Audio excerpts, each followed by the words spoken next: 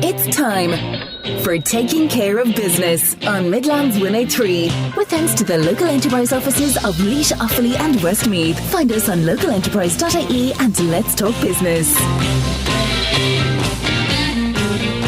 Hello and welcome to this week's episode of Taking Care of Business. I'm Ronan Berry, and coming up over the next hour, weight loss drugs are being touted as the next workplace wellbeing solution. But are they a shortcut that employers might regret? I'll be talking to Port Arlington-based clinical exercise physiologist Dr Diane Cooper about the risks, the evidence and what corporates should be doing to support employee health and productivity. Also, what role does design really play in your business success? Well, Peter Rigney of Rigney Forge in Mount Temple will be here to discuss brands, spaces, customer experience and how creative studios are adapting in an AI-driven world. And if you're an accountant or business owner in the Midlands and you're looking for practical, real insights and real conversations, stay tuned later on because there is an event taking place in Athlone tomorrow. It's part of Big Red Cloud's Community Roadshow.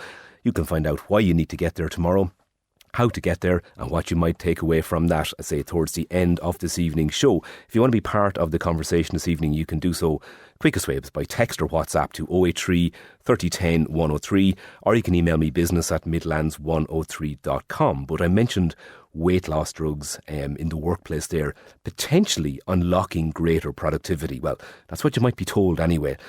And productivity, though, is where we're going to start on this evening's show. You might be aware of the Ingenuity Network here in the Midlands, and it is a collaborative of engineering and manufacturing companies from around the region with a sectoral network focus. So they gather to network, to share knowledge and to learn as well. It is led and coordinated by the local enterprise office in Westmeath, and very soon they have a webinar coming up that focuses on that very topic of productivity. Focus isn't about doing more, it's about doing what matters. And Dr Aine O'Dea, a leading expert in attention management and productivity, will lead this webinar that takes place, I believe, next week. And Dr O'Dea joins me now. Very good evening, Aine. Good evening, Ronan. Aine, this topic of productivity, I'd say if we Googled it, there is some amount of books and research and literature about it. But let's start. In 2026, what does productivity mean in the workplace at this stage? It actually means exactly what you said at the start, being able to do what matters. And that's the bit of being able to focus our energy and attention on what matters. It's not about time and the volume we get done. It's actually about what matters. Because as many people know, you can be really busy, but that doesn't mean you're being productive. Yeah, I'd say that will ring a bell with so many as well.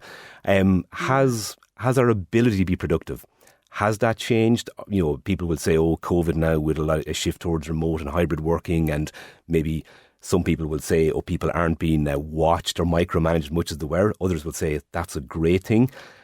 Are we more productive now than we ever were? Are we less? Or is it just a constant state of evolution because we're human beings? That's probably a really hard one, I think, Ronan, to measure in the piece of are we more productive? But what we do know is that people, experience greater stress since COVID in the workplace. And we see that workplace health and wellbeing indexes aren't showing really, really positive trends. So what we see is that people are potentially working harder. Maybe when we think about productivity, it's that their brains may not be as productive. Because when you think about productivity, it really comes back down to attention and focus. Because to do what needs to be done and what matters, I have to focus my attention on it. So I suppose a lot of the research really points towards this piece around attention spans, focus, and the impact on people's health and well-being, not just their performance, but on their health and well-being as well. What are the biggest productivity challenges then that you see professionals facing this day and age? I think probably the biggest one is multitasking. People are multitasking on everything, being on a Zoom call and replying to a meeting, an email at the same time, emailing and working on a project and trying to do lots at once and thinking that we're being more productive, shifting from one thing to the next, literally, as they say, task hopping. We've 15, if you go on social media, you'll see so much of there's 15 tabs in my brain open at once. But we actually know is that multitasking is not good for our brain health and our focus and attention. It drains our cognitive energy really quickly. So when we multitask, all we do is we ultimately end up driving a lot slower over time, and we burn out the energy or the fuel much quicker. So multitasking is probably one of those big, nearly like at the top, that I see is a time drain and a brain drain in the workplace, where people are trying to do too much inefficiently. Is that sometimes, though, maybe mistaken then for almost like a superpower, that somebody can manage all these tasks at one time and that's what makes them great? Or, as you said, is it ultimately just leading to that stage of eventual burnout?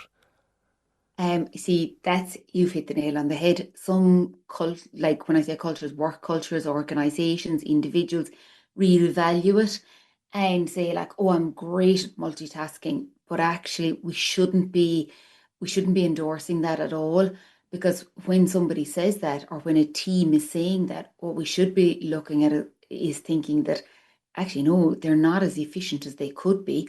Over time, their well-being is going to dip.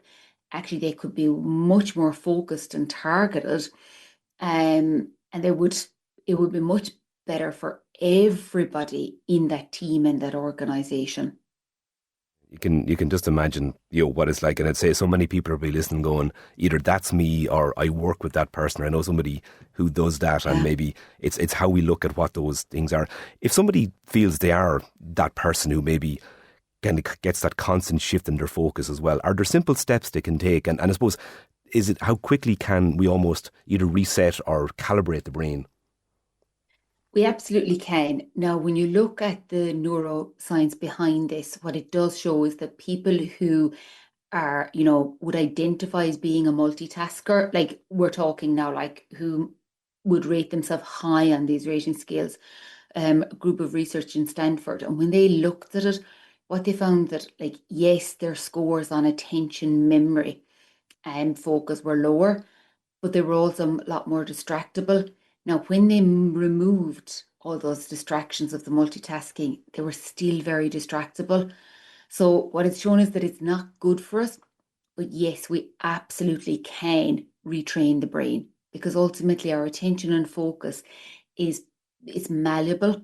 So, but we need to really kind of like give literally attention to it. So, like, my top tips for people are often that piece of, first of all, identify what are the priorities that you need to do tomorrow or this week, and actually write them down and map them out so that you can see them in front of you and externalize it for your brain. And then you actually have to nearly either sit down or have a think about it in whatever works for the person. Go, okay, I'm actually going to try now and focus on that first priority. Remove the distractions, turn off the email, turn off notifications, put away the phone, all of those things, and go, I'm going to focus on this project, this piece of work for 10 to 20 minutes. And it's often interesting when you get people to do that and self audit it themselves. They'll come back to a coaching session and say to you, "Oh, actually, yeah, I realized just how difficult it was." Because it's literally like training your brain for the marathon. You have to build that muscle. We have to build our attention, because if it's used to just hopping and multitasking, that's what it will default back to. Absolutely. It's like if you hear people discussing, or maybe there's a survey and somebody on the radio speaks about it, that the average phone or screen time a day is 5 hours, and some people are going, there's no Yeah. way. And some people are saying, well, actually, mine is 8 or 9. I'd say if people were to audit themselves like that, they would be pleasantly shocked. But so there's a lot of this comes back to the person, the very personal side of it, but the organisation can play a role too. So what can organisations do, I suppose, to ensure that people have the right tools afforded to them to be more productive? Because, right, there's organisational benefits, but there's going to be huge personal benefit too. And I always think we should be really looking at the organizational piece on this, because organizations have such an influence. They're the ones we should be encouraging organizations to get team wide to look in their calendar and literally chunk out, when am I going to put in my focus time? So I go into this in a lot more detail in the webinar, but we need to identify when's our prime or our peak focus time, and that those those times are when we should be doing the hard tasks, the hard projects that will involve thinking, problem solving, doing something that requires a lot of cognitive energy. So encouraging team-wide to identify focus time, to identify then at that point that it's okay if people don't reply to your IM or to your email, they can see in your calendar and Teams that you're in focus time, that you'll reply in the afternoon. So organisationally, really trying to encourage people to do that. The other piece is for organisations is to actually, I think a little bit like Ingenuity, encourage and educate people about their attention and focus, like we do around the need for physical activity, for health and for well-being. We need to understand about our brain health as well, so that at an organisation level, these conversations are happening, that because everybody has different thinking and doing styles, so that now collectively people are supporting each other. They're not buying into this culture of multitasking, of switching. They're buying into a much more focused culture. So I think they're just two of the top ones very quickly that organisations can do. And this webinar you speak about is taking place on the 19th of February. It's for an hour from 9:30 in the morning. It's entitled Attention Management for Productivity. So it does exactly what it says in the tin. You've outlined some of the things you're going to be looking at there. Was there particular interest from the likes of Ingenuity Network as engineers? Are they automatically more productive, or are they sometimes maybe the most guilty because they're chasing deadlines and there's ever-changing and evolving needs maybe from a production line or a design team?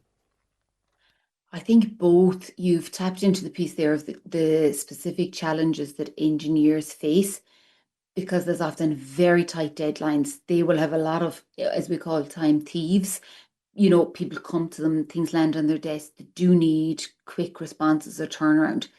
And that's a challenge to manage. But also I think engineers, given their analytical and technical thinking, often are the ones that will look at, well, how do I manage my time better? What's the process here? They're the ones that have often built and developed many of the tech tools that, when we think about Gyro or any of the project management systems, many of them have come from the tech and engineering industry. And ultimately, all of those are productivity tools to help us to focus, to track, to take a bit of the cognitive load off the brain. So I think they align really nicely for engineers and technical workers. I think they often come with that way of thinking. Yeah, I think actually, when I think of it now, if you've ever been part of a sprint or seen a Kanban board in action, you see it firsthand. And the gas thing is the gritting is there's always more improvements can be gotten when you see lean management principles applied. Your main objective then for the webinar, though, for people, it really is to give them that introduction and maybe just begin to show them that, yes, there are ways we can improve this. Absolutely, Ronan, because often the first bit is actually being aware of our behaviour. Like what you said, many of us aren't aware of how much time we actually truly spend on our phones. So being aware of, so that we can spot those habits that are catching us up, and that we can build healthier habits and routines that help us, yes, manage our time, but build better habits that will actually help our well-being as well as our productivity in the long run. So definitely for anybody that wants to join that webinar on the 19th, block out your calendar, turn the phones off, no distractions as well. If you go onto the Westmeath Local Enterprise Office website and look for the Ingenuity Cluster or the Midlands Ingenuity Network, you'll find the links there and you can book it up. Anya is the founder of Radiance Consulting Hub, and it's a webinar I will certainly be joining. Aine O'Dea, thank you so much for that this evening. Oh, you're so welcome, Ronan. Thank you kindly. Not all. Looking forward to that webinar on next week now. It should definitely be a good one. So have you thought about productivity in the workplace? Have you ever even considered maybe enlightening people as to what they can do? I think the idea of people doing their own little audit on their own productivity, what a great starting point. You don't need somebody to tell you if you're not doing it well.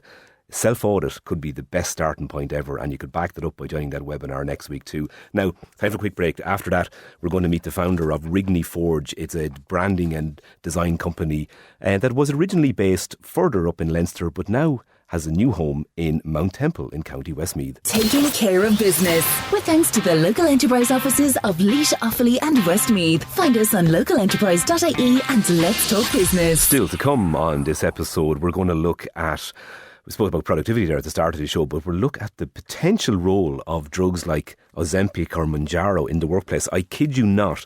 Apparently there is a lot of excitement growing in places like the UK and the US about these being administered as part of a workplace wellbeing initiative. Healthier employees should bring about healthier productivity and happier people, etc., etc. I'll discuss and debate that with Dr Diane Cooper from Portarlington in just a short while on the show. And if you're an accountant or a business owner in the Midlands and you're looking for practical insights and real conversations and local connections, the Big Red Clouds Community Roadshow is happening in Athlone tomorrow. I'll have all the details for you towards the end of the show. But before that, I mentioned just before the break there that design isn't just about how something looks, it's about how it works for your business. Peter Rigney of Rigney Forge joins me now to talk about building a design studio focused on brands and spaces, delivering award-winning customer service, and recently picked up a big award at the Athlone Chamber Awards, and also how technology and AI are reshaping the creative industries. But remember in last week's show I spoke to Angela McAvoy about the survey that Laois County Council are doing to see about people leaving the counties and looking at trying to get a sense of what the talent pool is. Peter is kind of one person who's kind of done the reverse of that. He used to be based up in Kildare, but now proudly lives and works and operates out of Mount Temple in County Westmeath. Evening, Peter. Hey, Ron, how are you? So, what brought you to Mount Temple? Well, I grew up there. So what brought me to Kildare, I suppose, was my wife and my family. So we were living up there for a good few years. Was working in design studios and shop fitting firms up in Dublin. And then just over 5 years ago decided to set up our own business. We were living in Celbridge, so we upped shop, moved down to Mount Temple, built a house, built a business, and been kind of building everything from there then, yeah. Nice and simple. What was your own background professionally? Professionally, I did design in college. I did industrial design in college, but was always interested in the physical space. Industrial design is about the customer experience, how customers interact with a product. So I kind of translated that into physical spaces.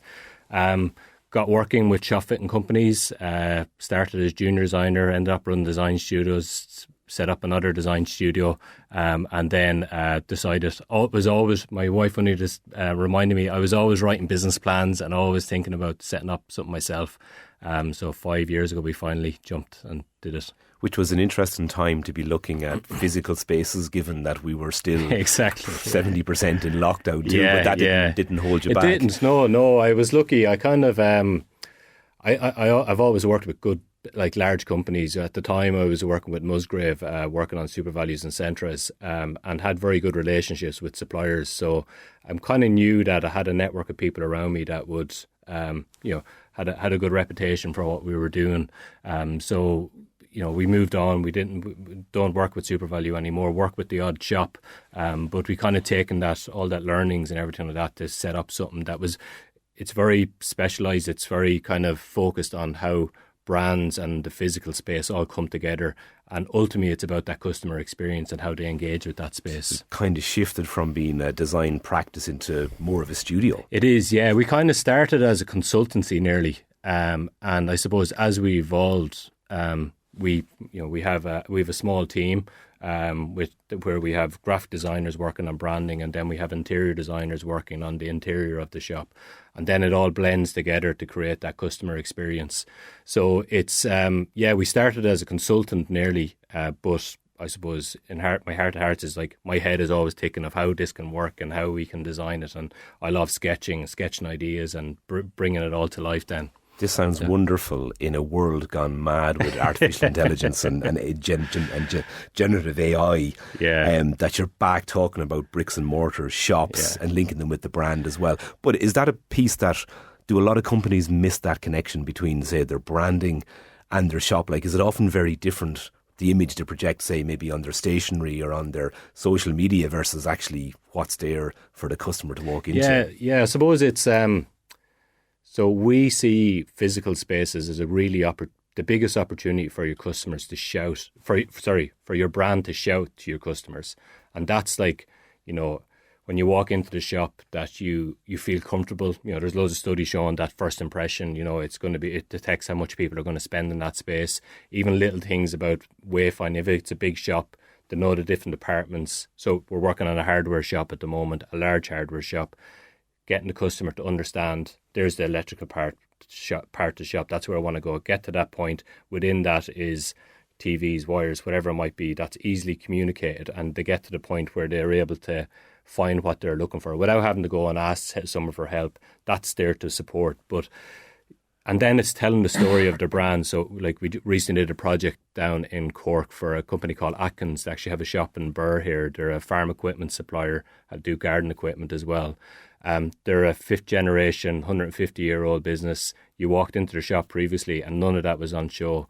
And it's all about telling that story, but in a contemporary way, that they're attracting new customers and they're still being loyal to the old customers as well. So your physical space has a massive opportunity to bring all that together. And then socially, we both live in rural towns. We understand that these are places where people connect and have the chats and get advice. And, you go to your local butcher, so these are things that are really important socially as well. And I think that, that's something that we're very proud to be part of. Yeah, it's that idea nearly that good design, it'll actually drive performance for your company. Because I remember somebody in the show a few years ago told me that they worked a lot with restaurants, and the biggest argument they used to have with the client was, no, less seats will actually get you more meals served every day. It's not about getting as many chairs in as you can. You've got to create that space as well. Is it hard sometimes convince clients this is the right approach, or? It's we found that the biggest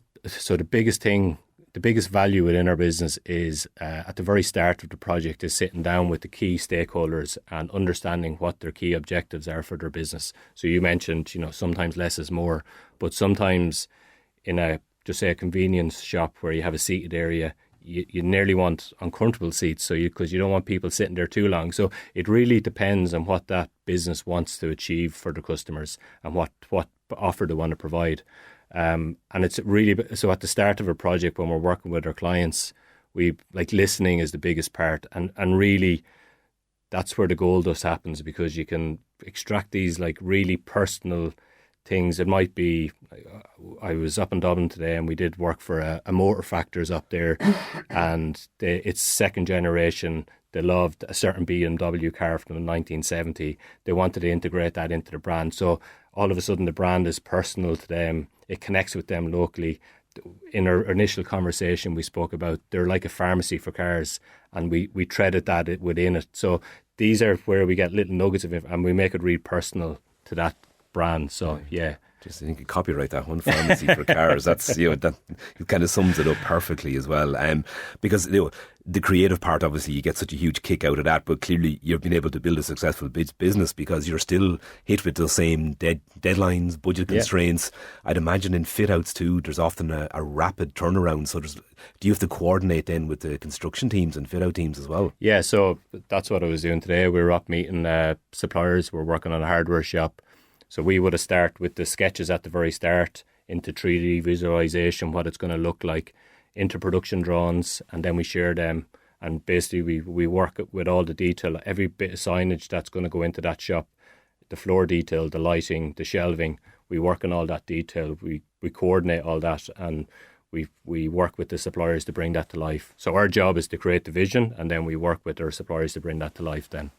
Yeah, and I can imagine what it's like chasing those deadlines. I worked on sites many moons ago myself too, but I mentioned how things are developing steadily for you. Like you've increased the size of the team, and even you've expectations of growing that in the coming years too. Yeah, we do. Yeah, we're kind of, some people call us as like a boutique design studio, which is a funny term, but it's kind of, we are hands-on and personal, and our team is, I suppose, it's small but agile. So we have a core team of 4.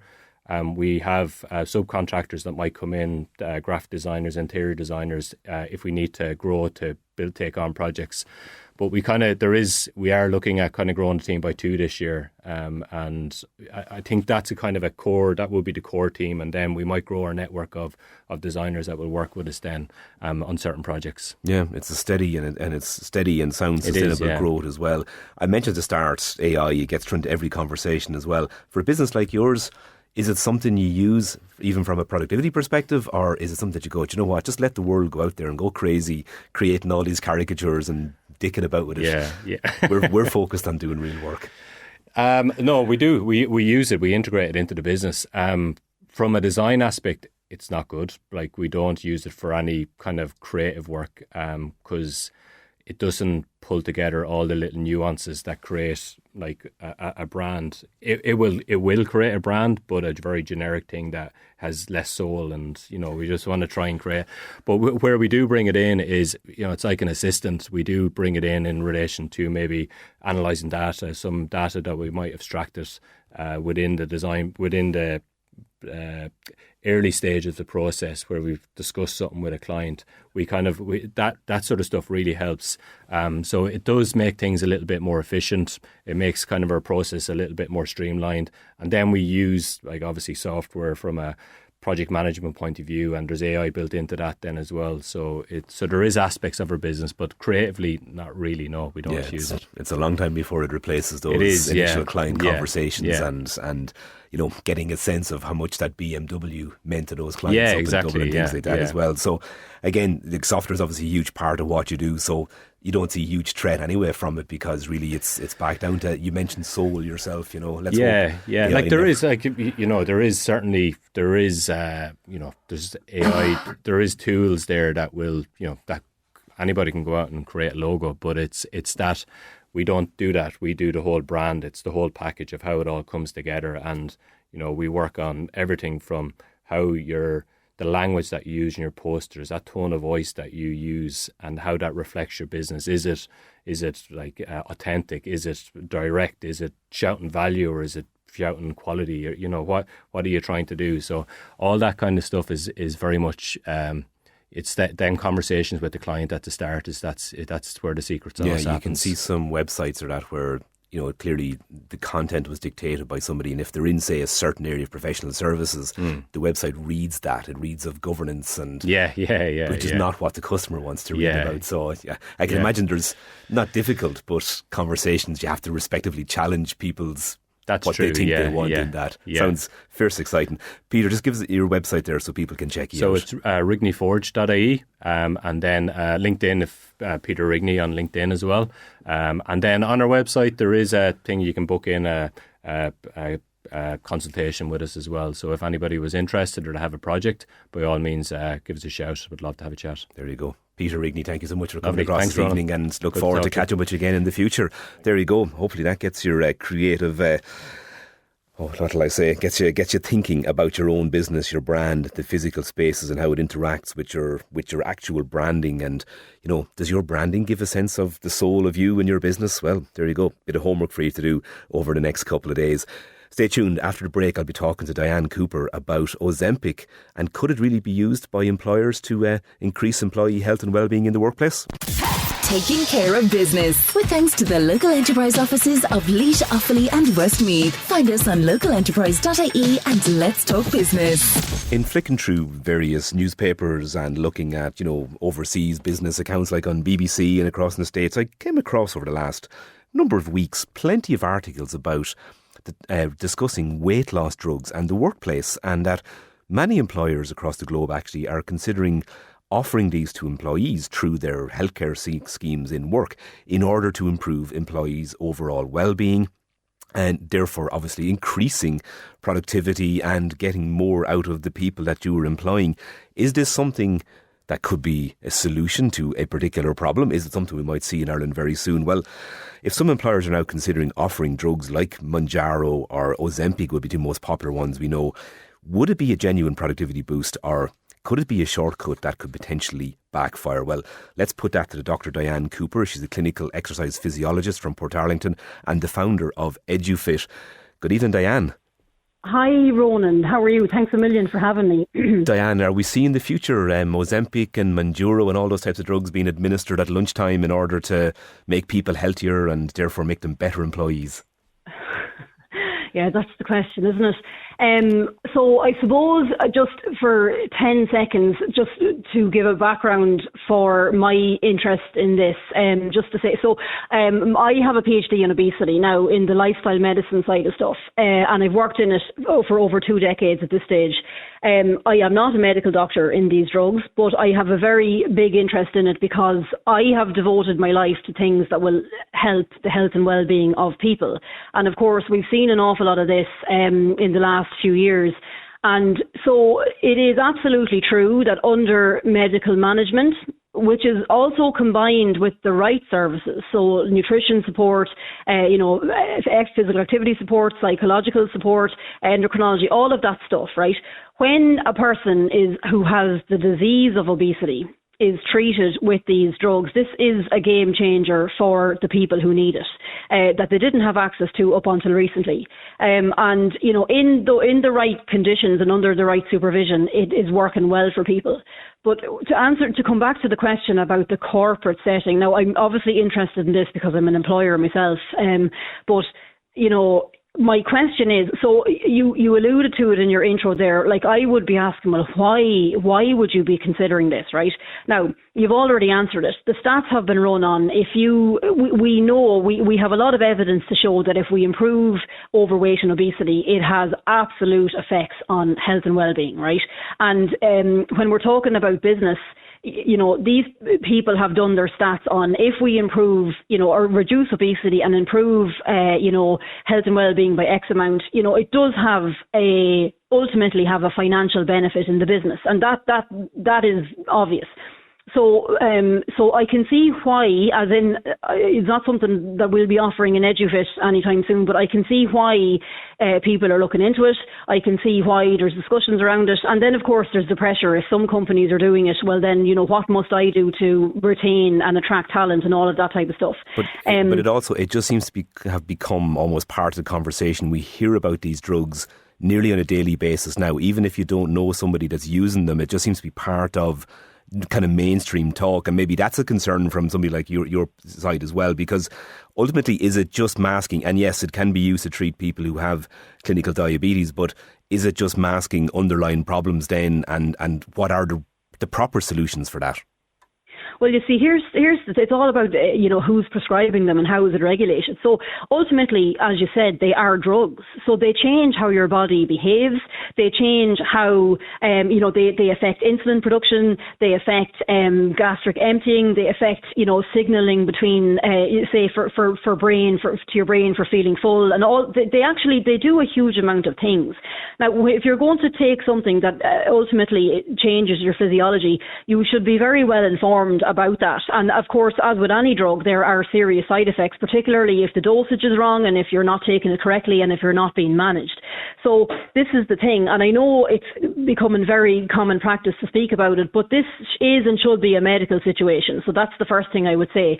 They're not the silver bullet for everything, because the people who do well on this will also be engaging in the lifestyle medicine aspects. And also, I will say, regardless of these drugs, for people who, take MySpace, for example, so reducing sedentary behaviour, moving more, strengthening muscles, all of that type of stuff, you get an absolute list of health benefits from that, even when you never change a pound on the scales. So there's that conversation about the role. So we're talking about health gains, and there are massive health gains to be got from the lifestyle medicine side of things without opening this door, which seems to be very not regulated like I would like to see it. And there's serious red flags for me, unless companies are going to, pair this with the right medical and multidisciplinary management. This is a big red flag for me. Yeah, and I'd say we could go even layers deeper as well, that what if some employees maybe don't want to pursue, be it taking a weight loss drug or even one of these, kind of health improvement programs, and somebody else does, that could generate a whole lot of other issues down too. But I suppose let's take it back, because I know during COVID we often spoke on air about getting a bit of exercise if you are at your desk or you're a bit more sedentary than you used to be. But from any business perspective, like if they were to look at that whole kind of wellness program, and it's something that yourselves in Edufit, you've set yourself up to actually do this and to consult and advise businesses on it. Yeah, so we've been studying sedentary behaviour for over 20 years. Now, simply what that means is it's the health consequences of prolonged sitting, right? And when you're talking about trying to impact a person's health, now, there is decades of evidence. We know being sedentary is an independent risk factor. So the things that we have mentioned that are traditionally or that can be linked to obesity, so like type 2 diabetes, cardiovascular disease, osteoporosis, all sorts of stuff, they are directly linked to sedentary behaviour, which of course in itself contributes to obesity. So an easy thing to change that has a lot of evidence around it is interrupting sedentary time.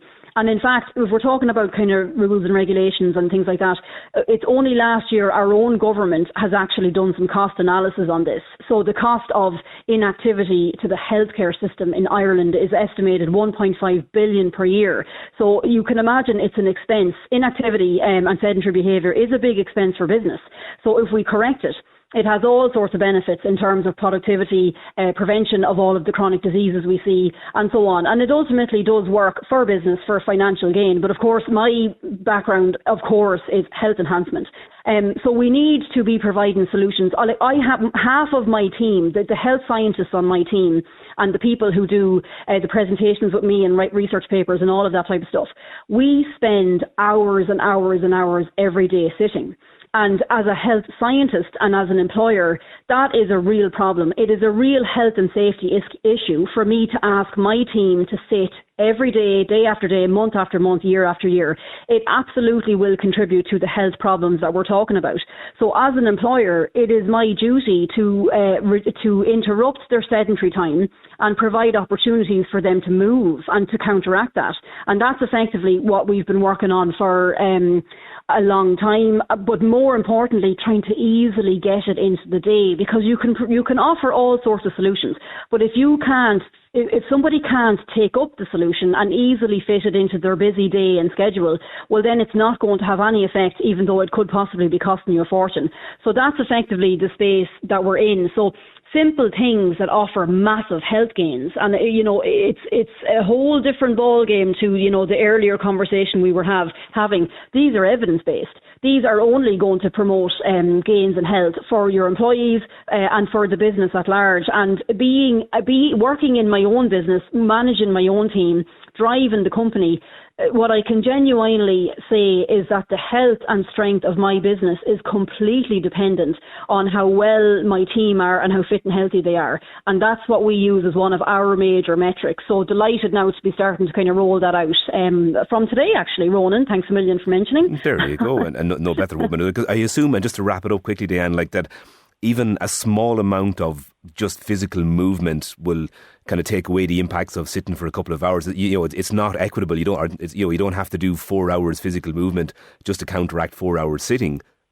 No, so I'll tell you in 10 seconds. So if I sit for 4 hours at my laptop, what will happen is my cholesterol levels will start to rise, my blood sugar levels will start to rise, I'll get reduced blood flow and oxygen and nutrients to my brain, my muscles, and the list goes on.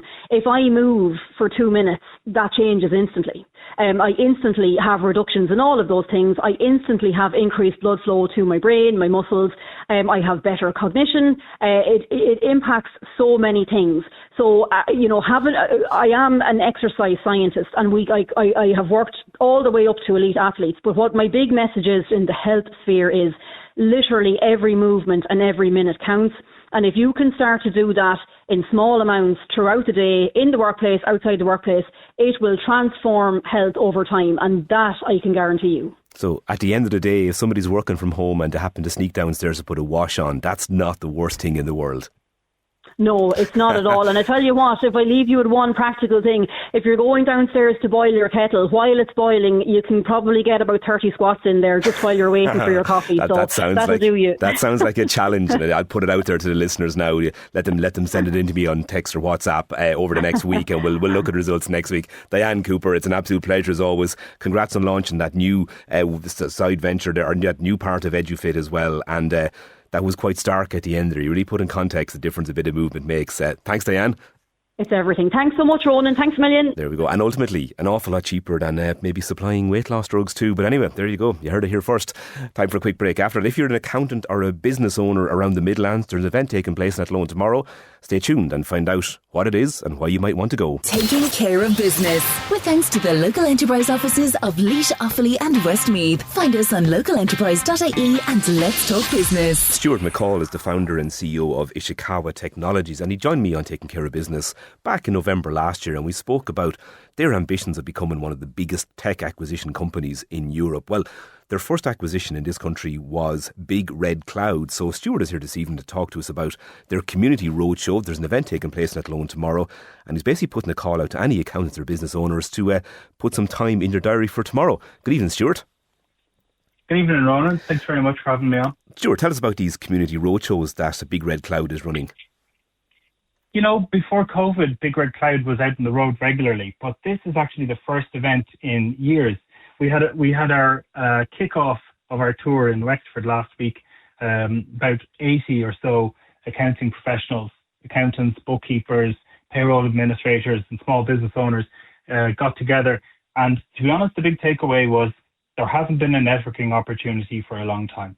Everybody really enjoyed getting together, seeing each other again. It's a fairly small community, I think. Many people will have worked together at different firms in the past, but they won't have seen each other for a while. And so we're hoping our events are a great chance for people to get together. Tomorrow morning from 8:30, we'll have our accountants, our partners, if you like, talking about our partner program and how we can do better there from about 8:30 in the morning. And then we'll be joined by small business owners and bookkeepers and payroll administrators from some of the small businesses in Athlone from 10 o'clock. We'll be covering all sorts of topics.